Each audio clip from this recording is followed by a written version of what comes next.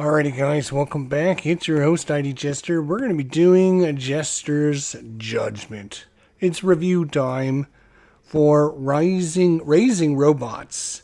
This is a game by Brett Sobel and Seth Van Orden and produced by Navo Games. Hopefully I pronounced most of that correctly. Anyways, we played this at Buckeye Game Fest with my buddies. And so we played it multiplayer. We played it a couple times solo. We got a pretty good understanding of what this game is like, what it's designed for, who's it designed for, and what it does really well and what it doesn't do so really well. So we're going to go over our five positive things that we like about this game, 5 things that we just didn't like so much, and then we're going to give you a final verdict on whether or not this one is a classic game that you need to pick up, or is it something in between that and, doable, fun, interesting game? Let's find out if playing with robots is fun. Let's do it. Alright, so of course we always start with the positive. We like to talk about all the good things, about all the juicy goodness that comes in the box. Well, when we start off, we're going to go with number 1. It's going to be the fun artwork. The artwork in this game is very fun. You can see there's all kinds of different characters. You can see this little character here. He's got like a little swimsuit, and he's got like, a scuba thing. He's got a little floaty. He's got his little feet are battleships. It's super cute. Super fun artwork, and when you look at each one of these cards, there's a million little details to find in them, and that could be a game in itself. Like, find all the details in all the artwork on these cards. It's great, it's fun, it's interesting, it looks great. I really like it, and it does add a nice whimsical funness to this game. Number 2 is it plays 1 to 6 right out of the box. You have your own player boards. There's 6 player boards in here. Yeah, 6 of them in here. And they're big and heavy, by the way. I should mention that. So, unlike a lot of games out there that only come 1 to 4, and then you got to buy expansions to make it 5 players or 6 players, this game comes 1 to 6 right out of the box. So if you have anywhere between 1 and 6 players that want to play this, you can do that right with the core box. Nothing else needed, which is super good. I appreciate that. Big kudos, big thumbs up for that. Number 3, the easy AI system to run. It's very unique and different, but it's very simple. You're going to shuffle up its cards. You're going to put out a certain number of energy cubes. And then every turn you're going to flip over 2 of his cards and distribute his energy cubes. Very quick and simple. It does give the players some mitigation and some help and some resistance against you. But it's very easy to run. It doesn't get too bogged down. Lets you think about all the combolicious deliciousness that you're trying to create. And you don't have to get bogged down with trying to run a super hard or complex AI. It's very easy to run. Number 4, this game is very quick and easy to figure out. There's only 5 actions you're going to be doing in the game. And you're going to be doing first action, which is advancing, and then the second action, which is building, and then going around the board, and you're doing the 5 actions. It's not very hard to figure out. It's quick to easy. I was going to say it's quick to learn, but it's not really quick to learn. It's more just easy to figure out. Oh, okay, here's what I'm doing. I'm just putting these out, and I'm just, okay, it makes sense. Oh, and I'm putting out the little robot cards in the little areas that it can go out to. So if you played anything like Wormspan or Wingspan or anything like that, you'll be very familiar with this kind of system. With the purple artwork, goes on the purple places on the mat. The green artwork goes on the green places. The orange artwork goes on the orange places. It's very simple and easy to figure things out. And number 5, of course, is going to be the robot variety. And what I don't just mean in the artwork and how they look and everything. The functionality of each of these robots, there's a million different things. Up in the top left-hand corner, it shows you how to build the robot, which you could use with a little bit of energy or a lot of energy, and depending on how much energy you spend on it, might cost you more or less resources to build the thing. Up in the top right-hand corner, it's going to be worth a different amount of victory points and also tell you where it can be built. Down at the bottom, it's going to give you, okay, if you build this robot, what is its bonus it's going to give you? And then if you upgrade this robot, what does it give you? So each of the robots has a whole myriad of things that it also has what kind of token you need to upgrade this thing. So every robot, and even though they're very similar robots, are hugely variant. The last game we played solo, I needed a lot of green robots to use my upgrade, my advanced tokens. I needed to get the green advanced tokens for the end scoring, and so I needed the robots that would take the green token. So of the 10 or 12 robots that I ended up drawing throughout the game, only a couple of them had the green tokens. So there's the green tokens, there's the special ability of the robots, there's the resource cost for the robot, which area the robot can go into, how many victory points it's worth. Each one of these variant robots is super different in how they can combine into your engine build. So, with all that said, a lot of great things to go on for raising robots. Let's talk about the things that just didn't really inspire me about this game. So we're going to talk, of course, about the cons, the worst 5 things. Of course, number 1 is going to be the components in the game. I was not happy with the components in this game. There's not a ton of components, to be honest. And they put in cardboard components, which are okay, but they should have included wood components. I know the officially upgraded version of this game did come with wood components, but they should have just included wood components to begin with. The cardboard components just aren't doable. They don't look good. They just take away from the atmosphere of the game. It just takes a good-looking game and drags it down when you got cardboard tokens out there. Just not cool. Number 2, your scoring objectives is the amount of things you need to do for your scoring objectives. You need to, just for an example, we needed to get our green tokens, our green advanced tokens, and there's 4 green ones. And to get the 4 green ones out there was going to be a major undertaking, which we went through to do, but we still only got 5 victory points for that. And then we had to upgrade the card just to get the extra points. Or maybe it was 9 points, I forget. But it was like robots, which you build on your player mat, are worth between 3 and 7, depending on the robot. So literally, you can ignore the scoring objectives and just try to build more robots, because the scoring objectives are super hard to do, and they don't give you a lot of points to go for, to be honest. I just didn't like the scoring objectives and how many points they're giving you for how difficult it was. Number 3, the game only comes with 14 starting engineers, which sounds like a lot, but it's not. When you think about this game comes with 6 players. You can play with this 6 players out of the box, which means if you do that, you're going to have 2 playthroughs of 6 players, and you're going to see all the characters. That's it. That's all the characters that'll be in the game. And there'll be 2 left over. So it's like there's just not a huge variety of engineers. There is, a decent amount, 14. If you're playing solo, you got, 14 different games. But, I mean, like I said, if you're playing with 2 or 3 or 4 people, eventually you're going to see the same engineers over and over again, and people are going to start playing the same engineers over and over again, and it's going to get very samey, very, very samey, very quick. So they needed more engineers.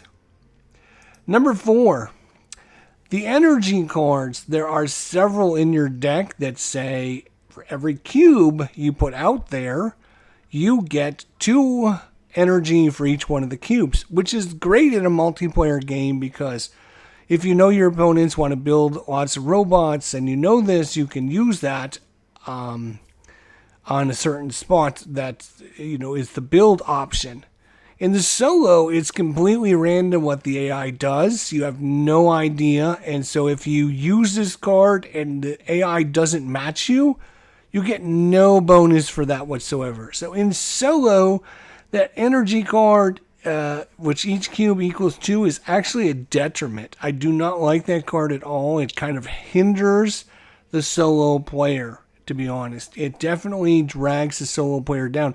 If you're playing with 3 or 4 or 5 people, the chances of you getting tokens out there on engineer cubes out there is going to be a lot more viable, and you're going to get a lot more of them out there. And like I said, if the AI doesn't match you at all, and the chances of you getting the AI to match you is pretty hard in the first round because you have no idea. He's going to be doing 2 of the 5 actions. Okay, he does 2 of the 5 actions. You have, let's say, one of the cards that gives you a scoring option. So you have a 1 in 5 chance that he's going to match the card that you need. And in our playthrough, he never matched me one time. So I completely was limited every time in energy. Each cube is equal to 2 in solo. It was just not a good option. They should have special solo cards for that. And number 5. They needed to have more scoring options. At the end of the game, it's very simple. You just add up the total value of your robots. You check your scoring cards. You turn in your resourcing cards, and that is it. That's all your scoring options you get. That's it. Plus the victory points you earned during the game. And that's it. There's no, if you accomplish this, gain 5 points. If you filled out any of the rows, each row should be worth a certain number of points. Each column, if you filled out the complete column, should be worth something. If you got all of your advanced tokens in one section removed, that should be worth something. There's tons and tons of scoring options that could be there to give you more strategy and more things to do and more combo things to do, but they're just not there. There are robots cards, your scoring cards, which again, I talked about the scoring objective cards are way out of balance. They're way too difficult for a solo player to accomplish, and they don't work well with the solo player, and there's detriments for the solo player. And there just needs to be more scoring options to give you more things to look at when you're trying to decide, am I going to build this robot or this one? Well, if I got the resources for both of them, it doesn't matter. Maybe the difference might come down to what the robot's abilities are and how much energy it costs to activate them. There's just not a lot of scoring options for you to think about and to kind of build on. Like I said, if you get rid of all your advanced tokens in one area, that might be worth an extra 5 points at the end of the game. If you have a complete row or a complete column of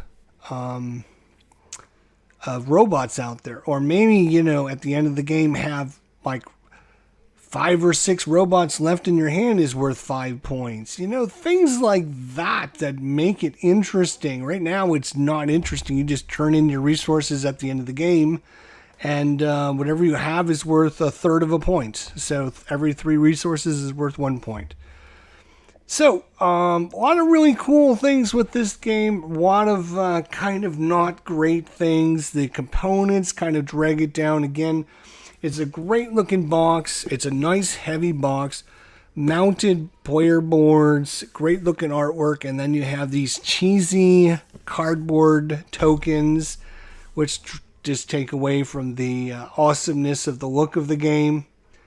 And then just some of the scoring options is not very nice. Some of the energy cards don't work well when you're doing the solo mode. It's a great game with a lot of fun things to do, a lot of interesting decisions to make. It lasts about a perfect amount of time, I would say between an hour to an hour and a half, which is the perfect amount of time for this game. So it doesn't outstay its welcome. everyone can play at the same time because everyone activates each phase, and then you go on to the next phase. So I'm doing my thing and you're doing your thing, and then at the end of the phase we're done, we move on to the next phase. So everyone's playing the same amount of time, if that makes sense. And so no one's slowing the game down, which is nice. But it is kind of, hammered down with some of the scoring options, the lack of variety of engineers, only having 14 engineers. There's a lot of things they could do with the engineers to have them, putting out robots and then tucking robots under behind other robots to get other points, like they've done with Wingspan. I'm just thinking of things off the top of my head. Having robots, move other robots, so you get more combos on the actual playing board. Like if you had, this robot next to this one, it might be worth points. So if you had a way to move robots around, there's all kinds of things you can do with your engineers. They kind of started doing that, and I think they just ran out of time or ideas in their brains. I don't know, but it's like, okay, if you play with 6 people, after 2 sessions, you're going to see all the characters in the game. That's it. There's only 14. So you're going to start seeing people using the same engineers over and over and over again, and it's going to get very samey. Oh, you got Anna again. Oh, okay, I remember Anna. And you have Joyce. Okay, I remember Joyce. All right.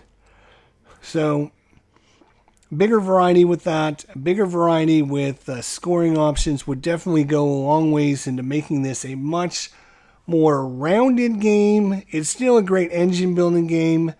Plays in a reasonable amount of time. I compare it to Wingspan or Wormspan if you're familiar with those kind of games, because it's very similar. You're putting robots out and then you're activating those row and getting different combos to do things, but you have to have a certain number of energy to activate the robots, so there's a little bit more to it. So I'm going to say that this game is going to be great, and I'm going to rate it as an 88%. Very good, almost up into Jester-fi territory, but it just couldn't quite jump the hoop. Couldn't quite jump over the hoop. It is a really great game. A lot of fun. The artwork is great. It's fun to play this game. It's whimsical. It doesn't last too long. There's a lot of really good things. But like I said, there's just not a ton of options. I only played the game twice solo, and I saw some of the cards over again that I already played with, and I wasn't going to play those cards in the second playthrough. So we kind of, discarded those cards. So I can just see if you're playing with more than, 2 or 3 people, you're going to start seeing a lot of the same cards over and over again. And it needs a greater variety of engineers, better scoring options, more scoring options in the game other than the way they've done it. It's a great game that could have just been a little bit more time developed to get it to be like a classic game, like an all-time classic. It's still a great game. If you can pick it up, definitely highly recommend you do that. But at this point, it's definitely comes highly recommended. It was hard for me to get this one. I finally was able to get it. And I played this back in March and had a great time with my buddy playing it. Decided when I came home I was going to pick it up and couldn't get it for whatever reason, or forgot about getting it. And then when I did go to get it, it was out of stock. It's been out of stock for a while, and I don't know if it's just come back into stock, but Noble Knight had a few copies, so I picked one up. And it's not a cheap game by any stretch of the imagination. That's because there's 6 player boards in here. So it's super nice so you can play up to 6 right out of the box.